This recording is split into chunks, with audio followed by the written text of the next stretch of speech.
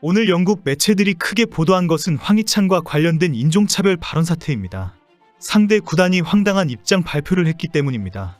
영국 매체들은 코모가 문제가 된 발언을 공개하면서 소속 선수를 옹호했다. 코모 구단의 어이없는 발표는 충격적이다라고 대대적으로 보도하고 있습니다. 오늘 코모 구단과 언론들에 의해 황희찬이 어떤 인종차별 발언을 당하게 되었는지 공개가 되었습니다. 그 발언에 왜 갑자기 벤탄쿠르가 소환되는지도 확인이 되었습니다. 더 충격적인 상황은 황희찬의 인종차별에 상대 구단과 유럽축구연맹이 황당한 반응을 보이고 있다는 것입니다.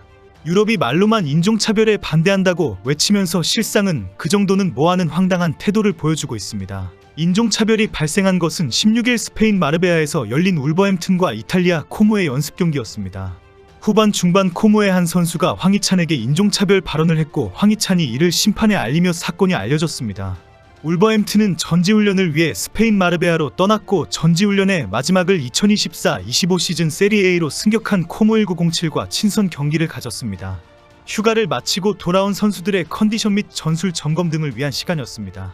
당시 울버햄튼이 1대0으로 앞서던 후반 23분 포덴세가 수비수에게 펀치를 하자 양 선수들이 몰려들었고 포덴세는 퇴장을 당했습니다. 포덴세는 상대 수비수가 황희찬에게 하는 인종차별적인 발언을 듣자마자 그대로 달려들어 주먹을 날렸습니다.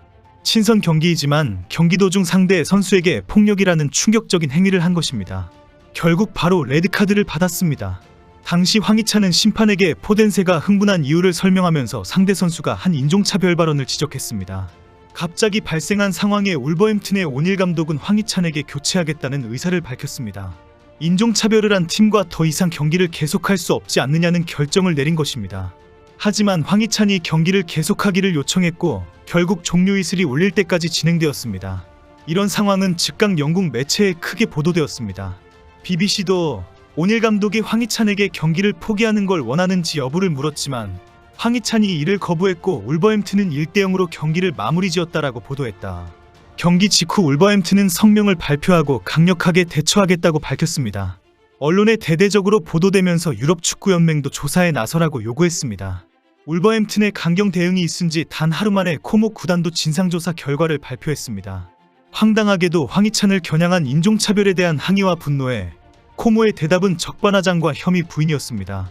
코모는 공식 홈페이지를 통해 우리 구단은 인종차별을 용납하지 않으며 모든 형태의 인종차별을 절대적으로 비난한다라고 황희찬 인종차별에 대한 성명을 발표했습니다.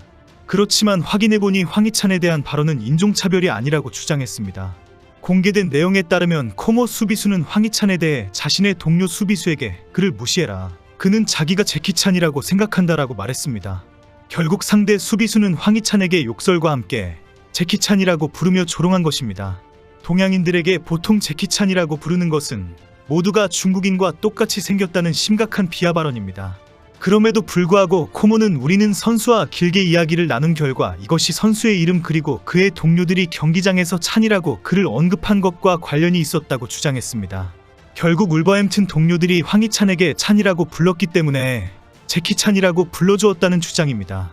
코모는 이 모든 것이 찬이라는 발언 때문에 헷갈렸을 뿐이다라고 해명한 것입니다. 코모는 더 나아가 도리어 울버햄튼에게 실망했다고 주장했습니다. 일부 울버햄튼 선수들의 반응으로 인해 이 사건이 지나치게 과장되었다면서 울버햄튼의 오버 때문에 시끄러워졌다고 주장했습니다. 코모의 이런 주장은 영국 현지에서 충격적이라는 반응이 나오고 있습니다. 코모의 성명은 아시아인은 모두 똑같이 생겼다는 의미로 아시아인들을 모두 싸잡아 제키찬이라 부른다는 것을 무시하는 주장이기 때문입니다.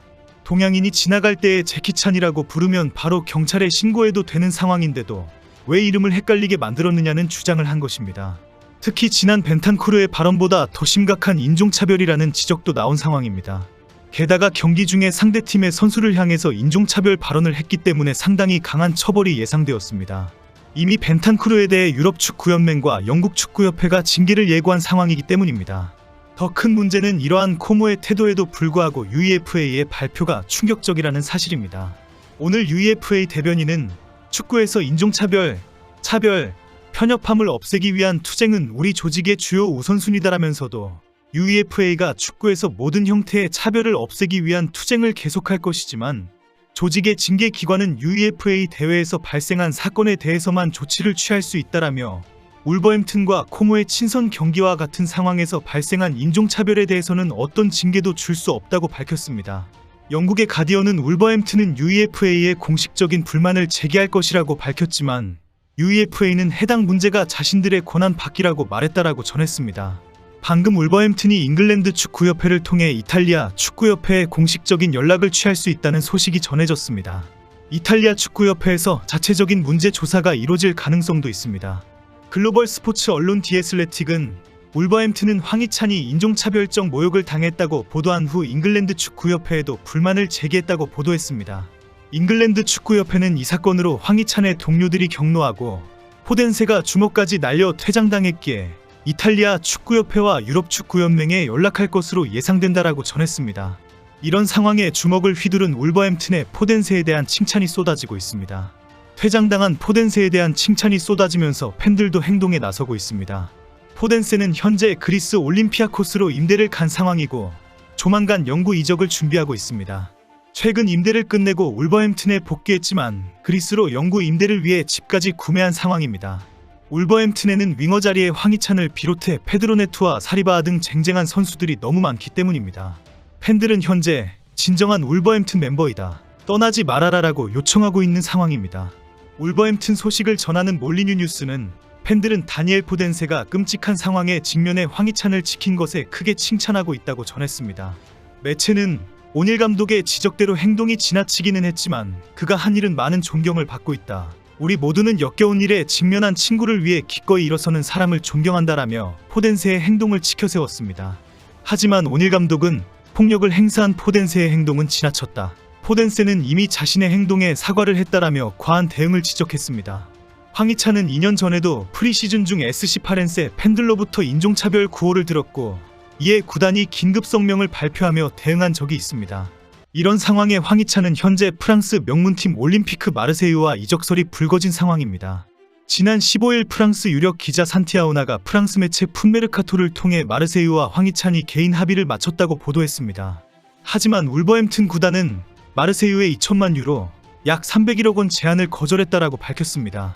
울버햄튼은 마르베아 훈련을 마친 뒤에 미국으로 건너가 프리시즌 투어를 진행합니다. 미국에서 울버햄튼은 웨스트햄, 크리스탈 팰리스와 미국을 돌며 미국 축구 팬들과 만나는 시간을 가집니다. 유럽은 놀랍게도 정말 제정신이 아닌 인간들이 너무 많습니다. 인종차별 발언을 하는 것은 여사이고 그게 뭐 어때서라고 말하는 언론과 배운 놈들이 더 많습니다. 이런 나쁜 놈들 속에서 열심히 뛰고 있는 한국 선수들이 정말 대단하다는 생각이 듭니다.